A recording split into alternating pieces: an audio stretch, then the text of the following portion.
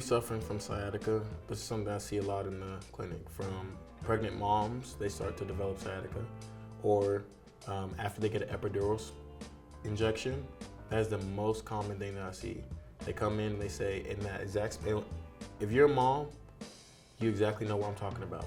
Right there in that low part of your back, you can even touch it. The same spot they put that injection, that epidural spot, is the same spot you're feeling that pain. And it's the same thing that's causing those conditions.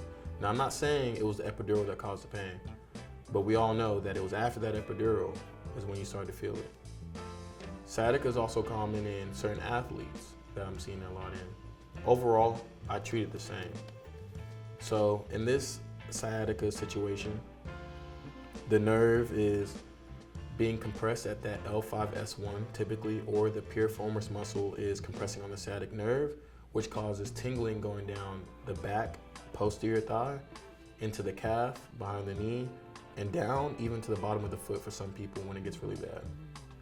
For instance, one of the cases I had was a young gentleman, tall, about 6'4", and he was having the worst sciatica. I didn't really know how bad it was. It was a busy day in the clinic.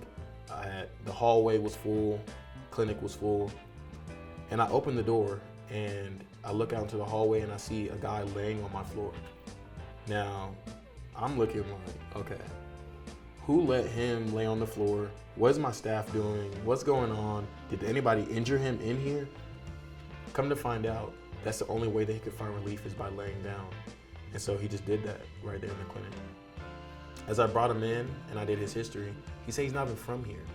He came all the way from Houston, and someone recommended that, hey, I know this guy will be able to help you, just go and see him. So he traveled down from Houston and stayed with a friend for 3 months as I treated him for this terrible sciatica that he couldn't walk. He only crawled into the clinic. Getting him off the table was such a chore. It was like everything was, you had to be very careful because his back would spasm up and cause him to collapse and cry. And this is a grown man crying. So if you know pain, he's in some serious pain. But that's not your story. You don't have to be in pain and feel like there's no hope. I have to pop the pills. I have to do a surgery, let them burn my nerve. He went under this treatment with me for 8 weeks. And when he left here walking on his 2 feet, perfectly fine. Went back to Houston, living a great life. He still messages me and checks on me to this day. So it doesn't matter how deep rooted you feel like this pain, or how chronic, or how long you've been living with it. There is hope for you and the odds are in your favor.